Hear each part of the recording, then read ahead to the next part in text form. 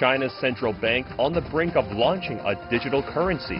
How will this revolutionize the monetary landscape in China and abroad? Bitcoin crossing the $14,000 mark. Cryptocurrency surpassing 15,000 for the first time ever. Now it looks like we may hit the 17,000 mark. Bitcoin's price has been on a wild ride.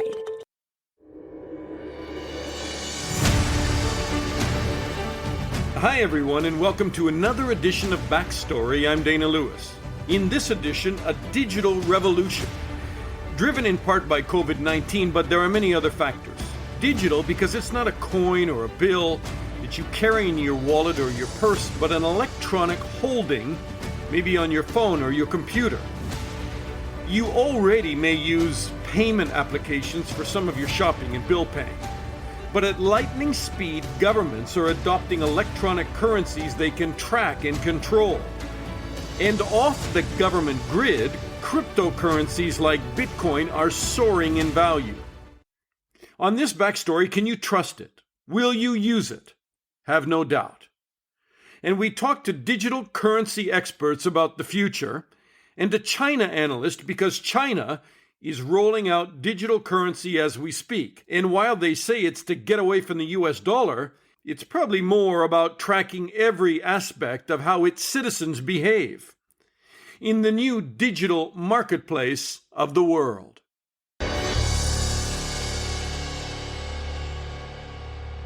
All right, in London now, Nickel Digital Asset Management bills itself as Europe's leading digital asset management company, and I'm joined by Anatoly Crachilov and Michael Hall. Hi, guys. Good morning. How are you? Good. Yeah, very good to be here.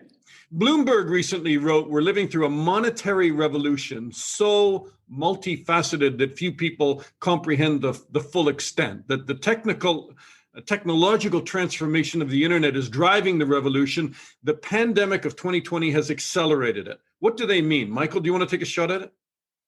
Well, I think we're seeing a new form of money. If you look at the evolution of money, we started off bartering sheep and cows. We moved to coins, or seashells maybe before that, coins. Then we used to move to paper money. And paper money was tied to gold. And then that link was cut. And when paper money departed from the gold standard, it became fiat money that central banks could conjure up with, by turning the printing presses a bit faster, or now they just put more zeros in a digital bank account. And as a reaction to that, we've seen digital currency start off that come with limited supply. So that, I think, is what's really interesting. COVID has kind of forced people away from physical cash into using contactless cash. And the next evolution of that is using blockchain-based cash. Anatoly, why is it completely taken off? Bitcoin, has risen. I don't know what it is today. You can give me the price today, but I mean, it's essentially gone up like 139% year to date. That's correct. Yes, it's 18,000 plus.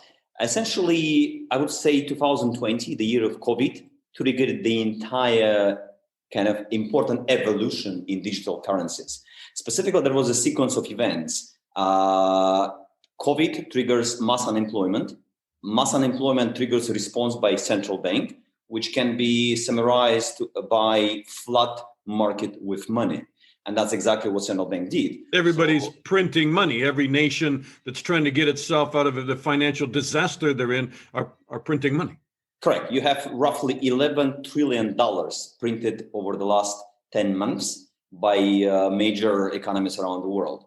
And certainly, if you look at that, at the very least, you appreciate why central banks do that.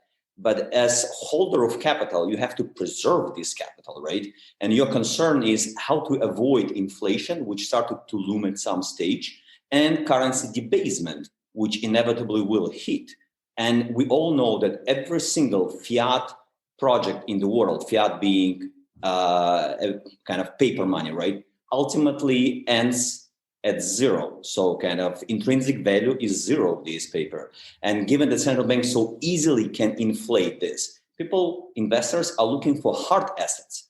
And your classical hard assets would be real estate, gold, all these kind of overcrowded trades. And then suddenly you come with Bitcoin as a new form of hard asset.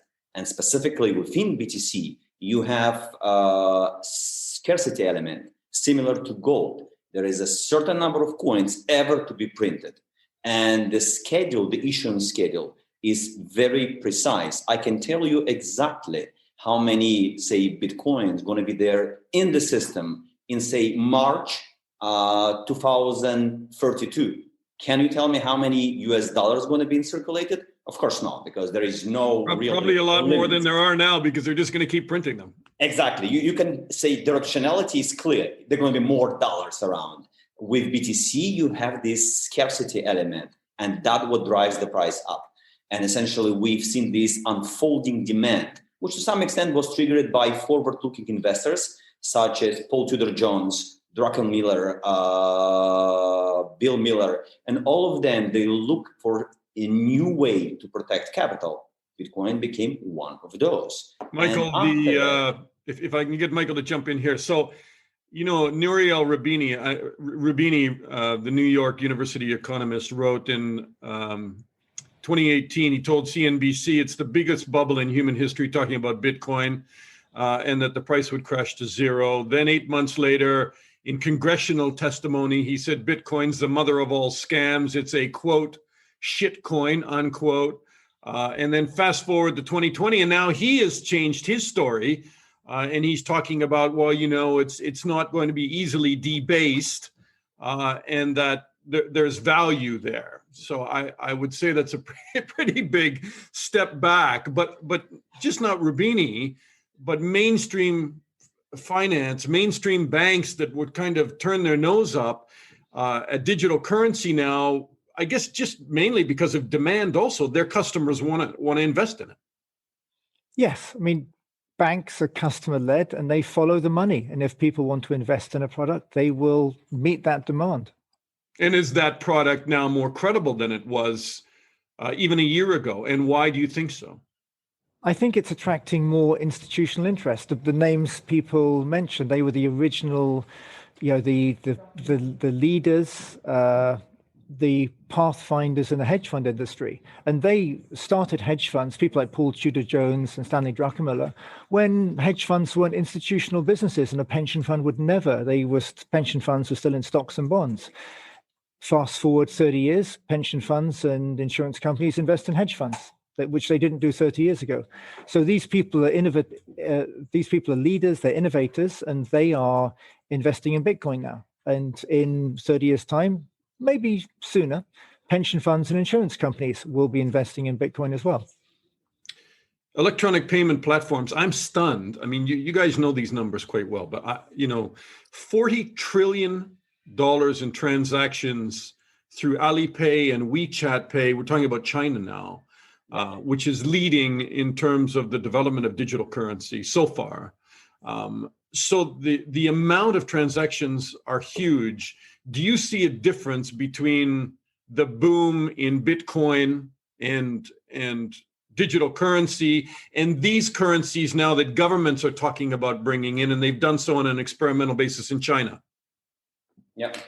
Well, you're absolutely right. There is the whole evolution of central bank digital currencies, so-called. To some extent, it was triggered by 2020. And if you look in the US, the whole model of distributing certain financial aid to ultimate population, right, goes through commercial banks. And it's not necessarily the most efficient way, because in the US, only 29% of these financial aid ended up in consumption.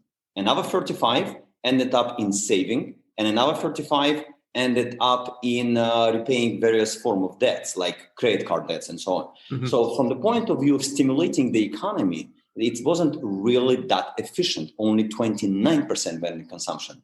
Now, in China, in contrast, there has been an experiment which was run earlier this year. And the idea was a certain number of people were given what's called airdrop. When you got certain amount of cash, say $1,000 on your... I think it was the equivalent of $30 each person or something. They gave away. Whatever is the amount, the idea was kind of, you can spend this amount of free cash given by the government in the next 3 months on a certain type of goods. Can you throw it in stock exchange? No, there is no purpose of that. Can you save them? No, because it's going to expire in 3 months. And essentially, they force population to stimulate certain areas of the economy. And that may be this precision which kind of classical monetary system lacks, and central bank digital currencies can provide. Michael? So I think central bank currencies are very interesting, but they suffer from like three basic flaws. One is that they don't stop the central banks printing money. In the same way they print physical money, they can print digital money as well. They can just multiply the bits on the computer drive and they print more money. Secondly, these currencies enable the central banks to do things they weren't able to do with paper money. One of these is negative interest rates. So you've seen that interest rates on bonds have gone negative, but it's very difficult to have negative interest rates, because if your bank's going to charge you a negative interest rate, you take all your money out and you just put that money underneath your mattress, and it keeps the same value. So that's how you get around that issue. With the third flaw is privacy. Now, I'm not saying that everyone should be trading like privacy coins like Monero, but I think people expect that they have a level of privacy from the government. And it's not Big Brother, where the government has a television in or TV camera in your living room, and they're not looking over your shoulder when you're using a bank account. You may not be doing illegal things such as buying drugs, but you might be buying a birthday present for your girlfriend. I'm not, in case that was a question, Michael. Yeah, exactly. So you might be buying a birthday present for your girlfriend. You might not want her to know how much you've spent on it and where it was purchased. So people expect a level of privacy with their money, and cash gives them that privacy. And the question is, what should digital cash give them that? And we have to strike a balance between having people freely being able to money launder drugs, which we would not want to have happen, but we also expect in our personal lives a certain amount of money we can use to spend without the influence and knowledge. Because that's an interesting range of balance that you talk about, right? Because China, they are absolutely tracking every single purchase, and they know exactly what everybody's doing. And it's the ultimate big brother through the use of their new digital currency. And then, like, for instance, the Sufan Center came out today, and they said cryptocurrencies are potentially a cover for a lot of illicit businesses. It's not the first time we've heard that, right? But they talked about Hamas, Al Qaeda, the Islamic State, the U.S. intelligence agencies are trying to track digital currencies and Bitcoin and different coins that have been used by illicit organizations. So what's the middle ground here as this matures and develops and more mainstream investors are involved in it? What's the balance between, kind of Big Brother and the bandit down the road that uses cryptocurrency to do bad things? Okay, so we hear those arguments a lot, and the more money has been laundered and used to finance terrorist activities using US dollar bills, but no one is proposing banning the US dollar bill. I mean, no, but they are proposing tracking the accounts and tracking the transfers, right? Not proposing, but they do it. Okay, they should get rid of the $100 bill. Germany should get rid of the European Union should get rid of the €500 bill. I mean, if you want to launder money, that's the place to go, right? Your $500, and then the Swiss have a 1,000 franc bill. I mean, those are the ultimate money laundering tools. Bitcoin isn't, by the way. Anyone who tries to launder money using Bitcoin is in for a surprise, because every transaction is publicly recorded and accessible to anyone who's got an internet connection. If you have a browser window connected to the internet, you can put in a blockchain address and you can see every single transaction that's gone through that address. Now, there have been some digital currencies designed for privacy, which we don't trade in. And the only real use case for those is that. And so that's why we don't trade them. But it's a matter for the regulators. It's a matter for the central government to figure that out. The beauty is that if the government acts with too heavy a hand, there are tools that exist for people to circumvent them. And just as the people in China who want to use the internet, they can use a VPN. And so rather than have to read the Google search results filtered by the Chinese Communist Party, they can use a VPN and find out what Google really thinks. Anatoly, would you just look, as we wrap this up, guys, would you just look down the road and tell me, where do you see this going now? Because now you have governments that are getting into digital currency. You have investment companies that, and very reputable ones that before didn't want anything to do with digital currency. Now they're slowly opening the door because their clients want it. Where are we 2 and 3 and 5 years from now? Yeah, we're being asked, one of the questions is whether the central bank digital currencies can distort to some extent or compete with Bitcoin as the pure cryptocurrency.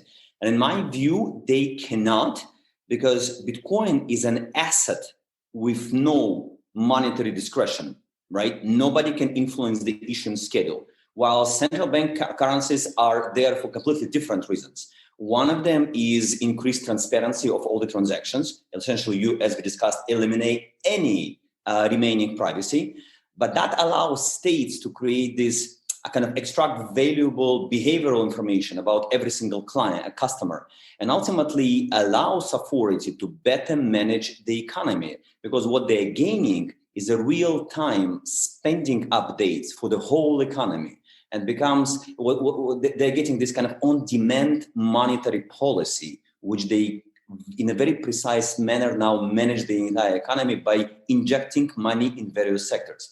So for that purpose, it's completely different use cases, right? Mm-hmm. From the investment point of view, central bank digital currency are not attractive. You cannot really preserve your wealth. So why do it then? Like, why are there calls? I mean, I know like the former national security advisor of Britain has just come out and said that Britain should have its own digital currency soon. So and it should. From the government perspective, as I just mentioned, that's a beautiful instrument to control, micromanage the economy, right? So you have this very finely tuned spending, which you can now observe on the individual level. You can transfer to individuals rather than you give money to commercial banks, and then commercial banks push them into economy, and as we discussed, in a not very efficient manner. So from the state point of view, having digital currency makes total sense. Now, from investors' point of view, investing in digital currency makes no sense. If you need store of value, you have to revert to an independent currency, which is, one of them would be Bitcoin. And from here... it's because it's more navigable because there are limited assets, exactly, like in Bitcoin. Exactly. As you know, there are 21 coins ever to be issued, of which 88% has already been issued. The balance of 12% will be issued over the next 120 years in a super predictable manner. So that's why you want to get exposure to that hard asset. Where we're going to be 3 years, 5 years from now, yeah, I believe it will become part of institutional allocations. As we have today fixed income equities, so will be allocation to digital assets. It will not. It will be kind of few percentage points, 1, 2, maybe at a stretch 3 to 5%. But there is a significant, important role. It's a diversifier of the portfolios, and it creates efficiency on institutional portfolio level. Improves your returns without really boosting your risk. Michael, last word to you. So one of the issues that the central banks had when they printed money is they gave it to all the banks, and the banks went out and bought stocks and made Jeff Bezos a billionaire, made him more of a billionaire, even richer.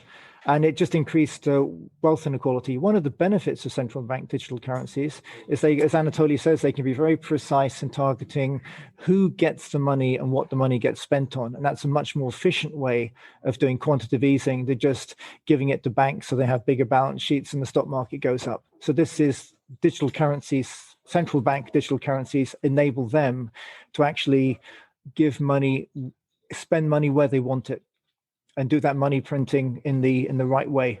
You mean like, for instance, like right now in this crisis, where they're saying to people that, people who are not being employed or unemployed or who need some support during the COVID-19, they would be able to actually send it directly to a family or a person, and then they would allocate it only for food, rent, something like that.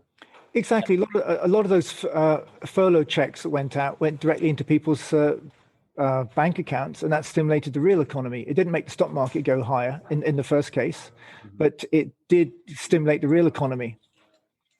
Mm-hmm. All right, guys, from Nickel Digital Asset Management, thank you so much, Anatoly Crachilov and Michael Hull. Thank you, Dana. A real pleasure seeing you this morning.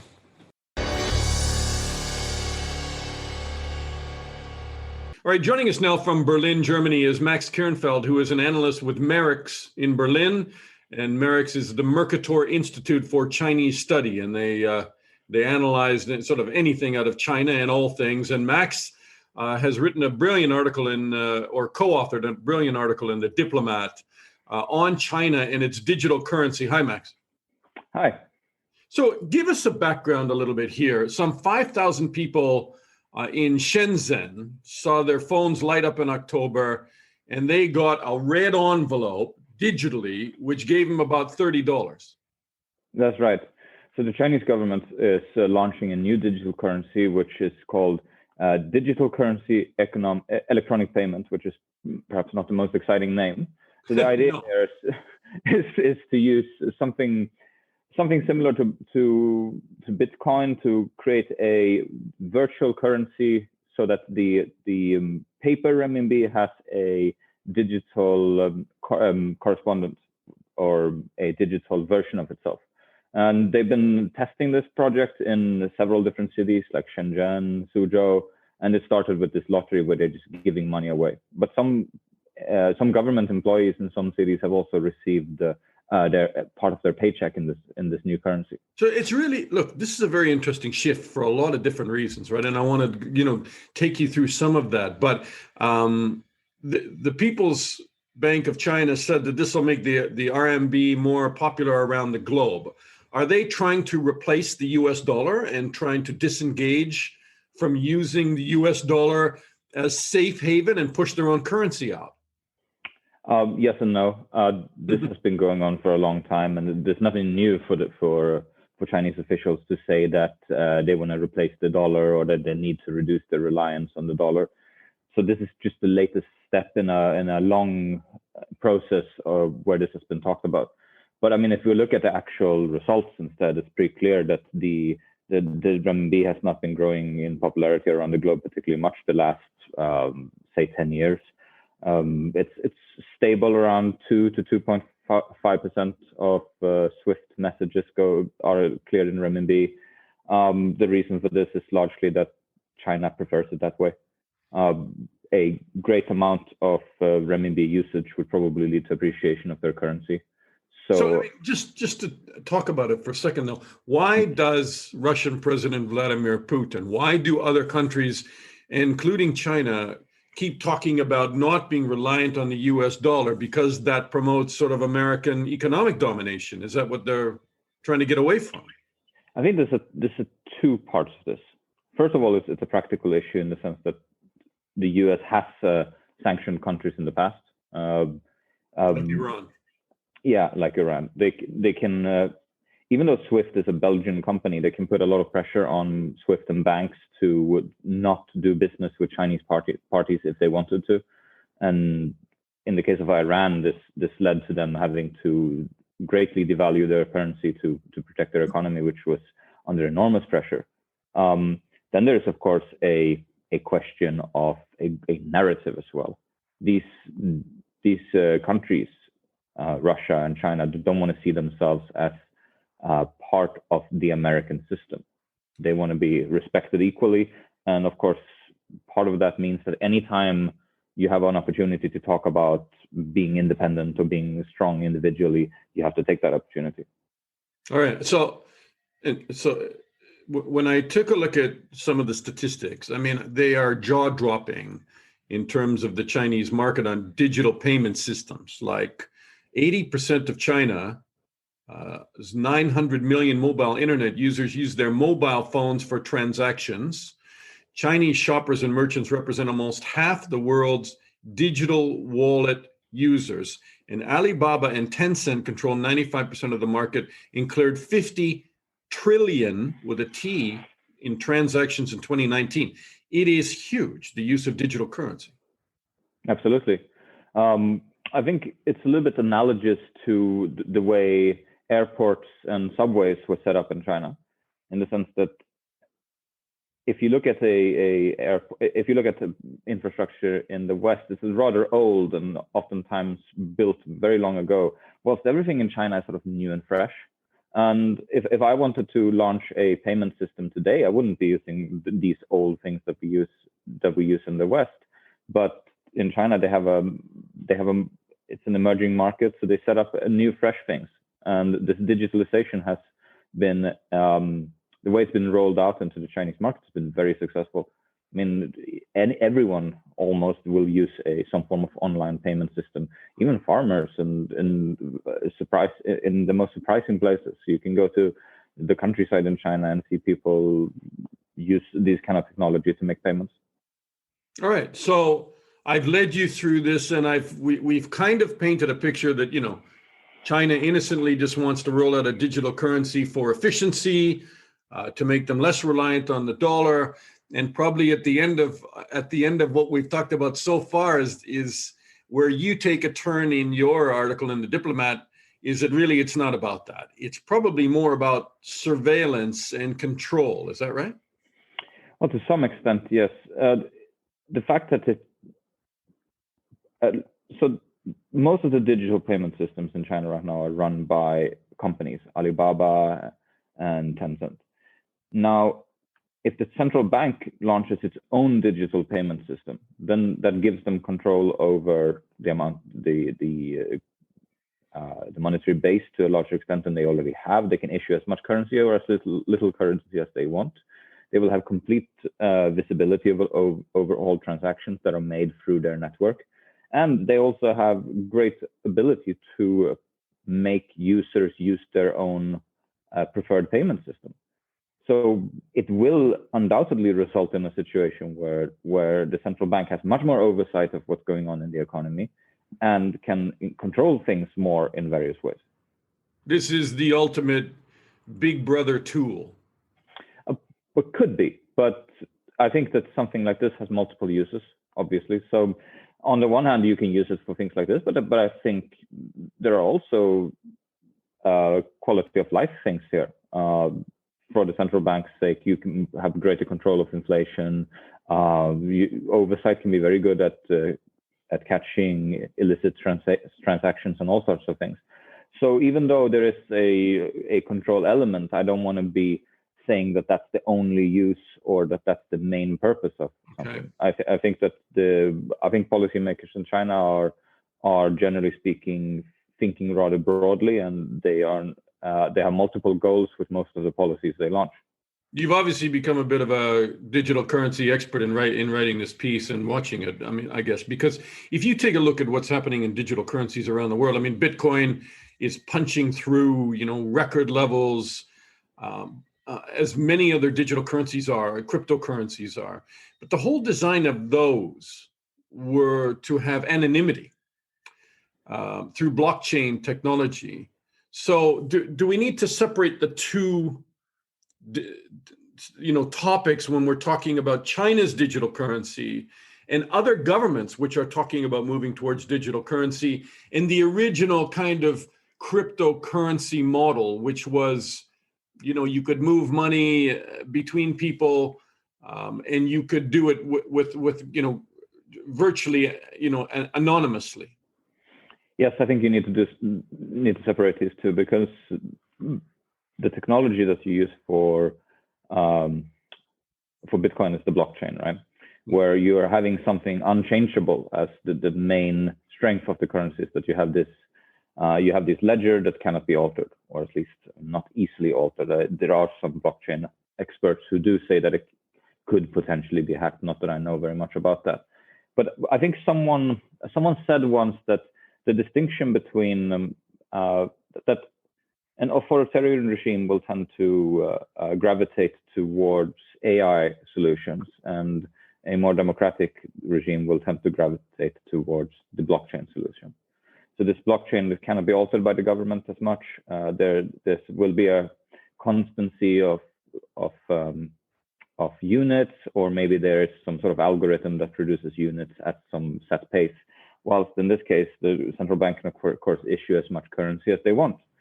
And I don't think it's very surprising that a central bank would want to have a currency they have control over, instead of a currency that is written with some unalterable program. Max Kearnfelt with Merics, thank you so much. Thank you. And that's our backstory on the digital currency revolution. It was supposed to take about 10 years, but it's been compressed and supercharged in the last year, mostly because of the pandemic. And it will change the way we do business, the way our governments operate. Remarkable. and it's happening now. I'm Dana Lewis. Thanks for listening. Please subscribe to Backstory, and I'll talk to you again soon.